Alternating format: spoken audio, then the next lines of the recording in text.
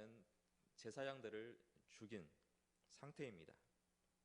다윗은 이 큰 위기 속에서 또 자기를 잡아오려고 하는 그런 다윗을 피하기 위해서 하나님 앞에 나와서 어떻게 하면 되겠는지 하나님 앞에 여쭈고 있는 것입니다. 이것은 비록 제사장이 입는 에봇을 입었지만 그 옷을 입고 제사의 행위를 하게 된 것은 아닙니다. 어떻게 보면 우리 기도를 했다, 하나님 앞에 다급하게 하나님 앞에 기도를 하고 하나님께서 인도해 주실 것을 바라보는 그런 모습이라 할 수 있습니다. 왕은 왕으로서의 부름을 받았기 때문에 제사직분까지 담당하려고 하면 이는 하나님을 향한 도전이라고 볼 수 있는 것입니다. 사울왕이 사무엘이 더디 왔을 때에 블레셋 군대가 이미 밑에서 진영이 쳐져 있고 또 기다리는 사무엘이 더디 오는 것입니다. 이제는 백성들까지 흩어질 그런 아주 곤란한 상태가 오게 되니까 사울왕이 직접 하나님 앞에 제사를 드립니다. 이로 인해서 하나님 앞에 사울왕이 버림을 받는 결정적인 사유가 되고 만 것입니다. 하나님께서 보여주신 사명을 알고 충성해야 되는데 하나님과 관계없이 자기가 해보겠다는 그러한 행동이 큰 화를 불러오게 된 것입니다. 사람은 사명을 위하여 존재합니다. 그러므로 사명의 끝이 바로 인생의 끝입니다. 내가 사명을 다하기까지는 이 땅에서 살아남아야 되는 것이고 사명이 다 했을 때는 하나님께서는 불러가시게 된다는 것입니다. 그렇기 때문에 우리는 사명을 붙잡고 하나님께서 주신 명령을 붙잡고 또 하나님께서 나에게 맡겨진 이 사역을 우리는 주님이 부르시는 그날까지 우리는 잘 감당해야 되고 또 끝까지 우리는 사명을 위해서 살아가야 되는 것입니다. 다시 말한다면 하나님의 주도적인 구원 역사를 위해서 특별하게 불러주시는 사명자를 찾으시고 있습니다. 그 역사적인 사명자가 바로 오늘에 나온 이사야 선지자입니다. 이사야를 선지자로 불러주셨는데 1장에서 이사야를 선지자로 불러주시는 장면이 나오는 것이 아니라 오늘 6장에서 와서나 이사야가 선지자로 부름을 받는 그런 장면을 볼 수 있습니다. 그러면 일반적으로 어떤 사명을 주기 위해서 어떤 직분을 부여해 주기 위해서는 1장에 나와서 하나님께서 나타나셔서 친히 선포를 하시고 또 사명을 주셔야 되는데 6장에 와서 부름을 받았던 이유가 무엇이겠습니까? 이사야는 1장에서 보면은 이미 1장부터 하나님의 주신 계시의 말씀이 1장부터 5장까지 계속해서 기록이 되어 있습니다.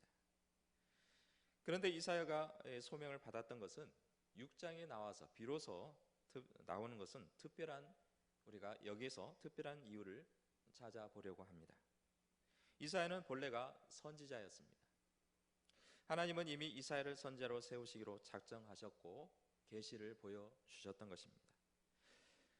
그런데 6장에 이사야를 부른 것은 어떻게 생각해 보면 환기, 때로는 부각하기 위한 것으로 볼 수 있다는 것입니다. 처음부터 나와서도 물론 첫 인상이 되겠지만은 처음에 나와 있지 않는데 중간에 또 초반 좀 지나서 나타나면 이 환기가 되는 거예요. 그리고 또 그것이 중요성을 다시 한번 생각할 수 있는 그러한 것으로 우리는 또 해석을 할 수가 있다는 것입니다. 자, 그러면 이사야가 선지자로 부름을 받았다, 선지자로 세움을 받았다. 그러면 이 이사야에게 불러주셨던 것은 하나님의 특별한 계시를 보여주시고 환상을 보여주시고 또 이사야를 불렀기 때문에 이사야는 특별한 사람이다, 우리와 또 다른 차원의 사람이다라고 생각할 수가 있습니다. 그래서 부르심이라 하면은 어떤 목사나 어떤 선교사, 특별한 직분에 해당되는 것으로 생각할 수가 있다는 것입니다. 물론 그것이 잘못된 것은 아닙니다. 그러나 하나님의 부르심은 특정의 직분뿐만 아니라 여러분들의 예배드린 여러분들에게도 하나님의 부름이 있었고 또 하나님의 부여해 주신 사명이 있다는 것입니다. 우리는 그것을 알아야 되고 또 하나님의 그 부르심에 또한 하나님께서 주신 부르신 이유와 또 우리를 선택하신 이유를 분명히 알고 하나님의 사명을 감당하고 하나님의 뜻을 펼쳐 나가시기를 축복합니다. 자, 그러면 첫 번째 부르심은 구원으로부터 부르심입니다. 이것을 구원의 서정에 보면 소명이라는 명칭을 씁니다. 이것은 어느 누구나 복음을 전파하는 복음을 받은 사람들은 어느 누구나 소명이 있었습니다. 그래서 구별을 하는 것입니다. 어떤 사람은 세상의 사람들에게 불렀는데 응답하지 않는 사람, 예수를 믿지 않는 사람, 그 사람은 분명히 소명이 있었음에도 불구하고 거부를 한 겁니다. 그래서 이것을 우리는 외적인 부르심, 외소다 이런 표현을 합니다. 이것은 어떤 사람은 받는 사람이 있고 이 복음을 들어서 어떤 사람은 거부한 사람이 있고 또 어떤 사람은 처음에는 거부하다가 나중에 그 부름에 뒤늦게 반응한 사람들이 있습니다. 그래서 이 외적인 부르심은 복음을 통해서 복음을 전하는 사람이나 어떤 매체를 통해서 부름을 받는 것입니다. 또 이 내적인 부르심, 이것은 내소라고 하는데 이건 성령의 역사를 말하고 있습니다. 복음을 전했는데 그 사람은 그냥 전달만 했습니다. 그러면 그 사람이 듣는 사람은 그 안에 성령께서 역사하시고 성령께서 특별한 부름, 영적인 부름을 하게 되면 그게 이제 성령의 역사는 도저히 거부할 수 없는 그런 상태, 구원에서 결코 벗어날 수 없는 부르심에 대한 응답이라는 것입니다. 오늘 말씀을 강조하고자 하는 것은 이 구원으로부터의 부르심을 말하려고 하는 게 아니라 사명으로 부르심을 말하고 있습니다. 그러면 이 두 번째 이 부르심은 사명으로부터 부르심입니다. 제가 이 사명을 이렇게 보면서 두 가지를 한번 생각해 봤습니다. 하나는 제도적인 부르심이다, 제도적인 직분이다라는 것을 생각을 해봤습니다. 이 제도적인 이 직분, 이건 교회법 때는 교회에 규정되어 있는 법에 의해서 조직이 이루어지고 또 임명을 받는 것입니다. 예를 들면 이제 목사 같은 경우는 목사가 되기 위해서는 총회 산하의 전문 교육기관, 신대원이라든가 이런 기관에 통해서 일정한 교육을 받고 또 졸업을 해서 이제 시험을 치르는 강도사 시험을 치를 수 있는 자격 시험이 또 패스를 해야 되고 그 다음에 이제 일정한 이제 그 다음 해에 목사 고시를 치르고 안수를 받습니다. 목사가 되기 위해서는 몇 가지 이 고시를 치르기 위해서는 과목이 있었는데 그 중에 하나가 뭐냐면 소명이라는 과목입니다.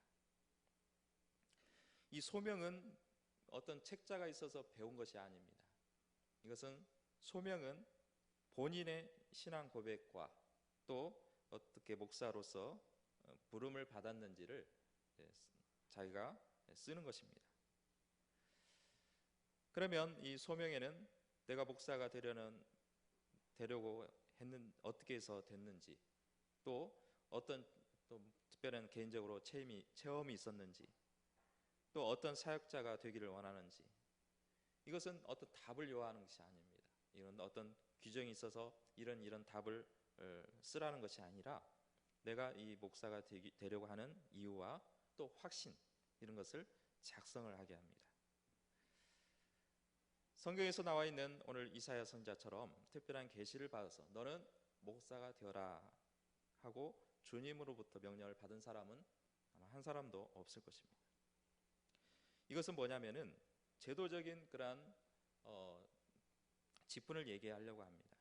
예를 들면 여러분도 혹여나 목사가 되고 싶다, 나는 목사가 되어서 사역을 하고 싶다, 그런다면 이제 신학교 절차를 밟아서 신학교를 들어가서 교육을 받고 또 과정을 겪게 되면 목사 안수를 받을 수가 있습니다.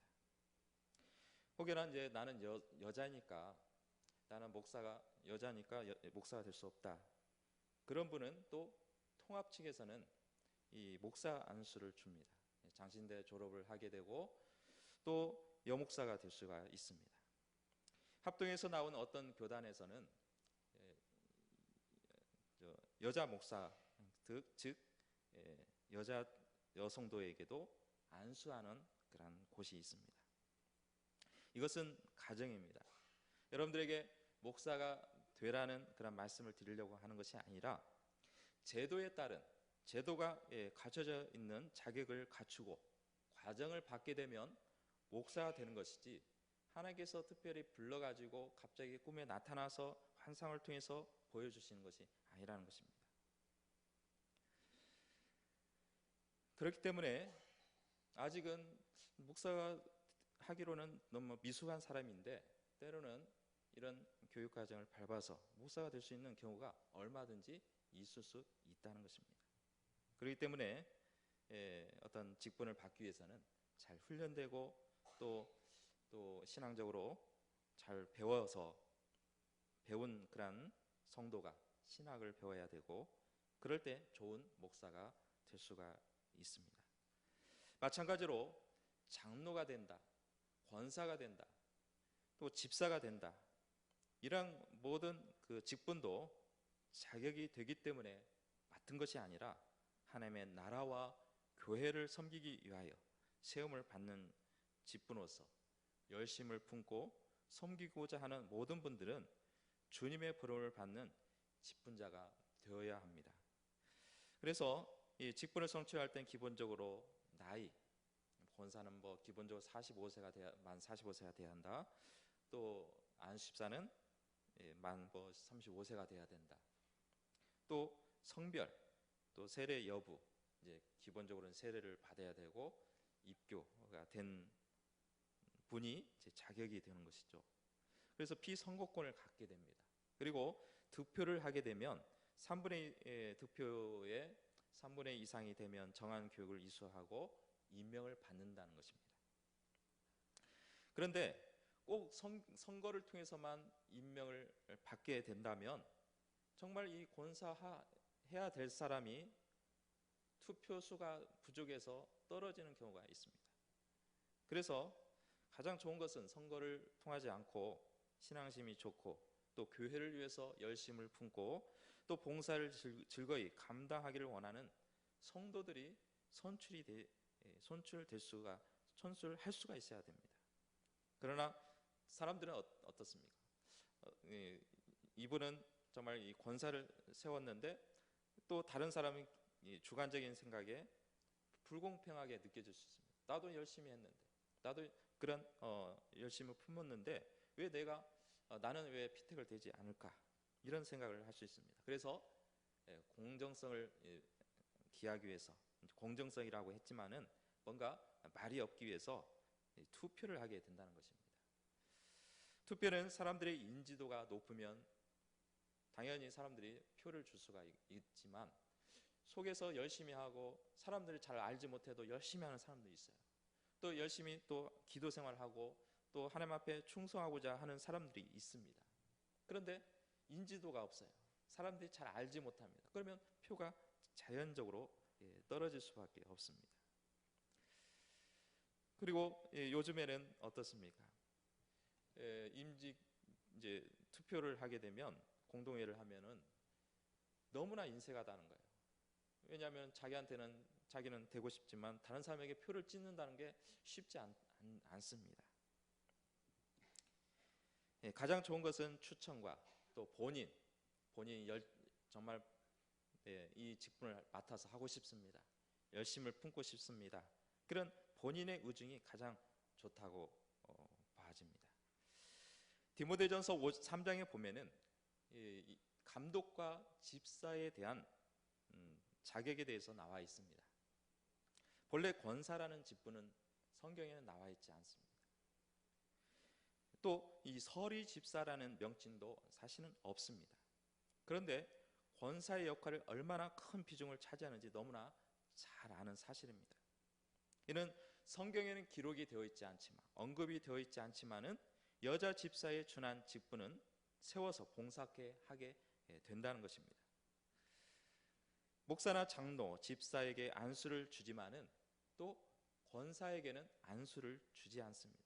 그러면 권사에게는 안수를 주지 않았기 때문에, 이 안수라는 것은 교회가 하나님을 부름을 받아 직분을 부여해 주는 의식인데, 그러면 권사는 안수를 주지 않았기 때문에 하나님의 부름을 받지 않았느냐?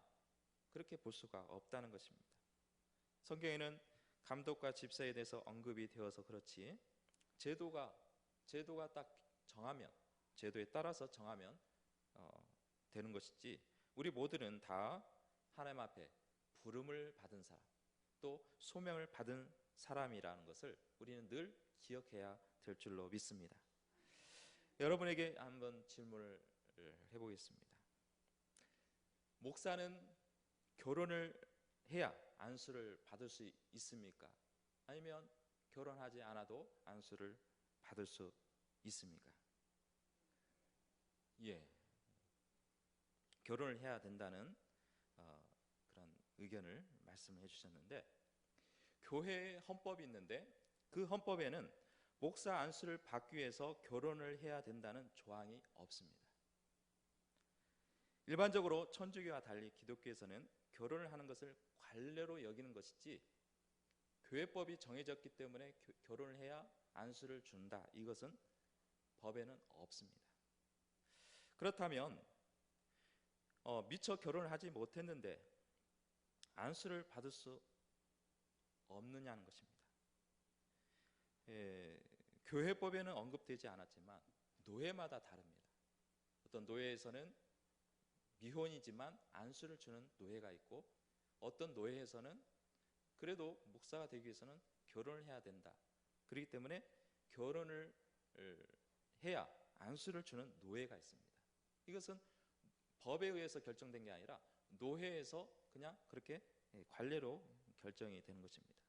저도 목사 안수 받기까지는 결혼을 하지 못했습니다. 10월 달에 가을 노예가 있기 전에 그 당시에 담임 목사님에게 어떤 서약을 쓰도록 했습니다. 어떤 서약을 썼냐면, 노예 때 문제가 될 수 있으니까 다음 봄 노예 전까지 결혼을 할 것을 서약합니다 하고 별도의 서류를 만들어 가지고 제출을 한 적이 있습니다. 그래서 이 가을 노예가 되었는데, 가을 노예가 이제 진행되면서 그때 목사 안수를 주기 앞서서 이제 여러 가지 목사 고시라든가 모든 것을 다 통과된 것을 확인하고 보고가 되면 이제 안수가 되는데, 노예 때 저 때문에 통과가 되지 않는 거예요. 제가 이제 미혼이었기 때문에 목사 안수가 하느냐 마느냐 이런 논쟁이 이어지게 되었습니다. 그때 이제 당연히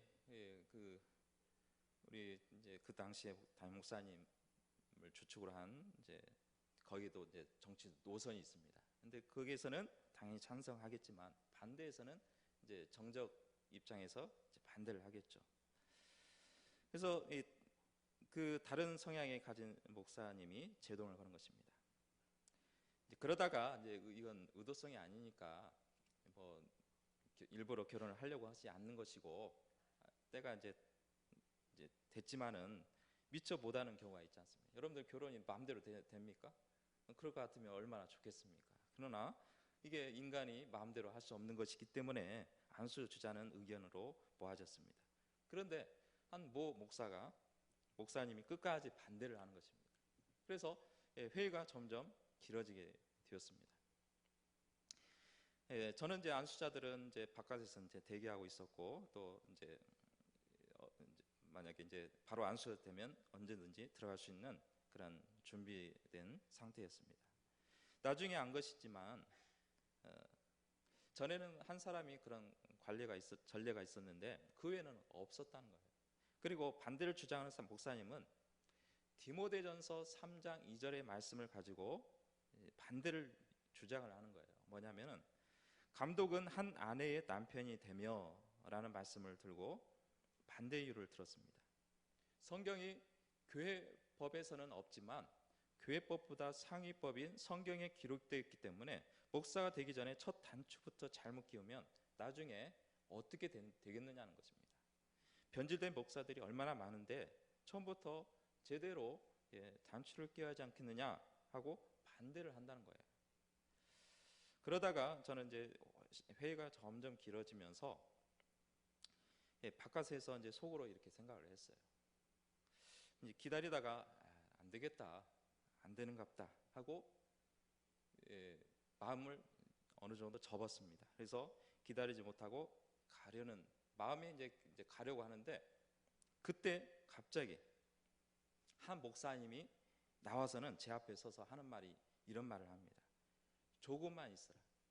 지금 한 사람 때문에 시간이 지연되고 있으니까 기다려라. 그분은 저는 개인적으로 알지도 못하고 모르는 분이에요. 그리고 다른 때 이제 노예 때 저 분이 저한테 이런 말을 했구나. 지금도 생각이 나지 않습니다. 그런데 분명한 것은 그 목사님이 없었더라면 아마 집으로 갔을 것이고 또 어떻게 보면 그 뒤에는 생각하지 않았지만 내 이 자리에 설 수 있을까 그런 생각을 하게 됩니다. 그래서 점심시간이 이제 점심을 먹고 반대하는 모 목사님의 앞에서 안수자들이 모여서 그 앞에 이제 나와서 이제 무릎을 꿇자는 거예요. 그래서 사정을 하자는 것입니다. 그래서 뭐 그게 큰 잘못인가 해서 그래도 무릎을 꿇고 이제 있을 때 그 목사님이 하시는 말씀이 이런 말씀을 합니다. 목사가 되기 전에 법을 지키지 않으면 나중에 어떻게 되겠느냐 하고 이렇게 말씀을 하는 거예요. 그리고 이제 점심을 마치고 이제 오후에 이제 속회가 되자마자 얼마 있다가 안수 주기로 결정을 하게 됩니다. 저는 어떻게 보면 개인적으로 그 목사에 대해서 좋은 감정을 가질 수 없을 것입니다. 그런데 저는 그렇지 않습니다. 그것도 맞는 말씀. 성경 말씀은 상위법으로서 반대할 충분한 이유가 있겠다는 생각을 했습니다. 그런데 나중에 그 목사님이 해서는 안 될 큰 잘못을 범하고 말았습니다. 그 얘기는 생략하겠습니다. 제가 일부러 그 목사님에 대해서 추적한 것도 아니고 우연찮게 들었는데 정말 그 성경의 법을 잘 따르는 목사였다면 성경 말씀대로 그렇게 첫 단추를 주장했더라면 그런 행동을 할 수 있었을까?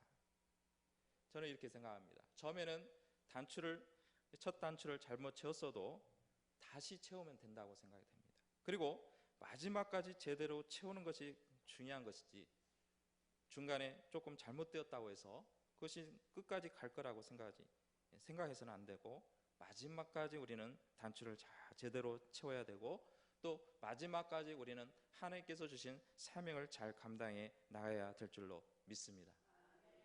저는 10월 10일 날 목사 안수를 받았는데 그때 역사적인 일이 일어났습니다. 그리고 오늘의 아내를 만나게 되었습니다. 11월 초에 제가 결혼 날짜를 선포했습니다. 11월 25일 그때 결혼한다.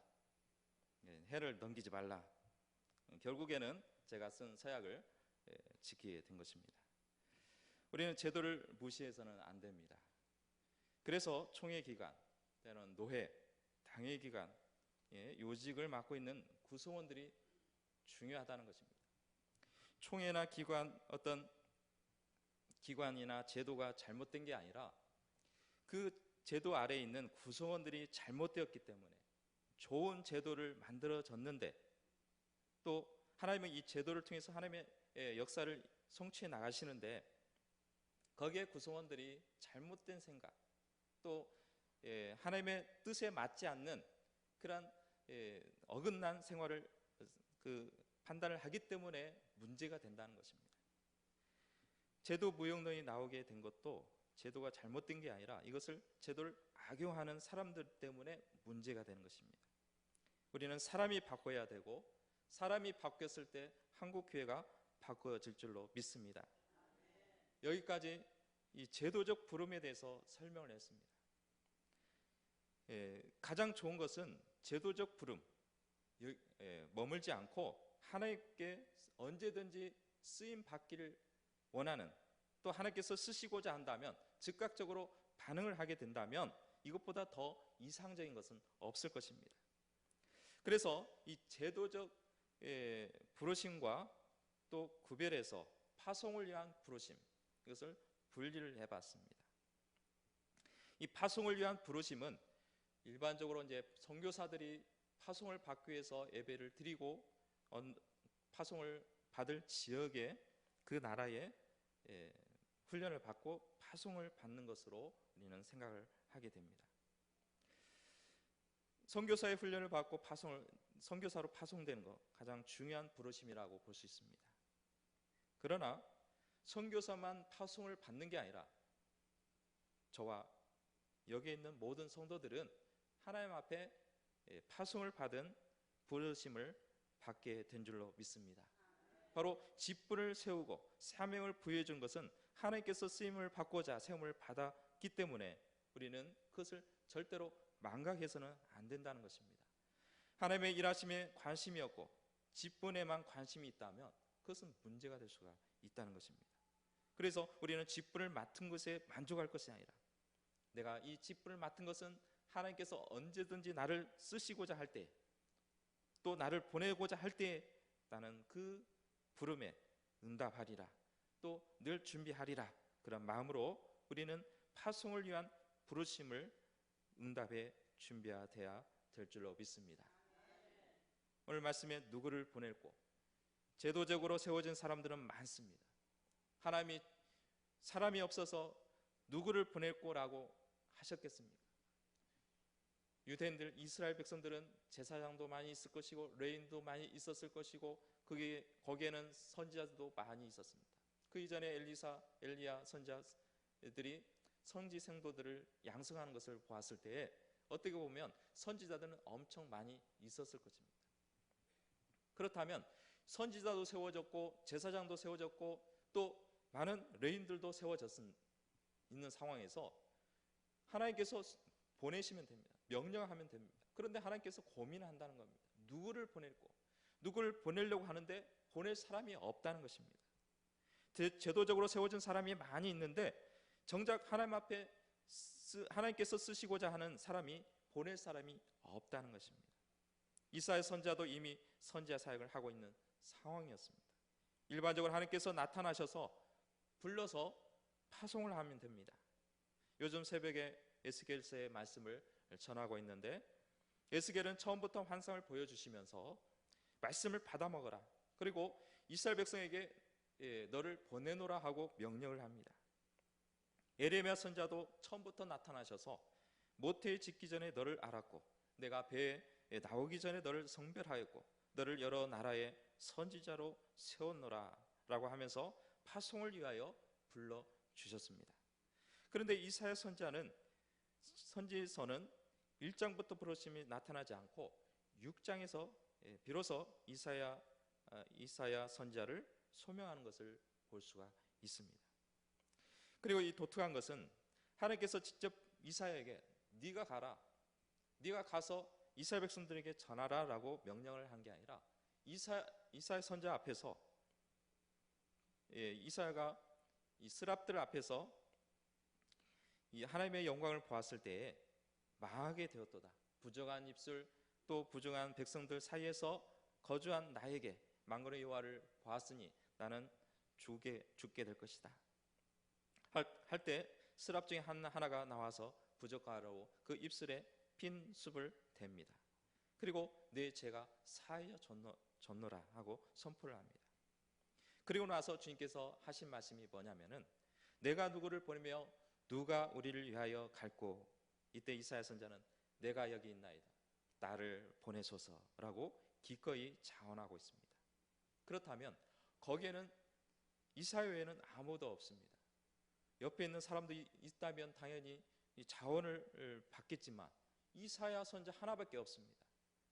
그리고 누구를 보낼고 누가 갈까 할 때 이사야 혼자 손을 들고 하나님 앞에 자원을 하고 있는 것입니다. 이것은 바로 이사야 선지자가 자기 입술이 부정함이 제하여지고 또 죄가 사여졌을 때 그 마음에 하나님을 향해서 나를 써주시기를 간절한 마음과 또 자원한 마음으로 하나님 앞에 또한 자신을 나간 줄로 믿습니다. 이처럼 우리 모두가 이사야 선지자의 고백이 우리의 입술을 통해서 나와야 될 줄로 믿습니다. 저도 이 말씀을 준비하면서 많은 고심을 했습니다. 상당히 힘들었습니다. 왜냐하면 내가 만족하는 것에는 하나님 앞에 응답을 하지만 정작 하나님께서 누가 우리를 위하여 갈고 할 때 제가 여기 있나이다 나를 보내소서라고 할 수 있을까, 이런 생각을 갖게 된 것입니다. 우리는 제도적 부르심에 멈추지 말고 하나님께서 나를 선택하시고 나를 누가 갈고 우리를 위하여 갈고 했을 때 파송의 부르심에까지 나가시기를 주님의 이름으로 축복합니다. 파송적 부름은 때로는 어떻게 보면 저 오지를 생각할 수 있습니다. 저 열악한 곳을 생각할 수 있습니다. 그러나 그렇지 않습니다. 여러분들 권사를 세우고 장로를 세우고 또 집사를 세운 것은 저기 오지를 가라고 저 아프리카를 가라고 세운 것이 아닙니다. 몸된 교회를 위해서 하나님의 교회를 위하여 섬기라고 또 직분을 세워주신 것입니다. 그렇기 때문에 우리는 하나님께서 주신 이 직분을 또 하나님께서 불러주신 것을 기억하고 또 하나님께서 이곳을 우리에게 파송해 주신 것을 기억하고 하나님 앞에 끝까지 사명 감당하라고 세워주신 것을 믿으시길 축복합니다. 만약 우리가 은혜를 받고도 사명과 연결하지 않는다면 우리는 영적인 이기주의가 되고 말 것입니다. 은혜로 값없이 하나님 앞에 선물을 받았습니다.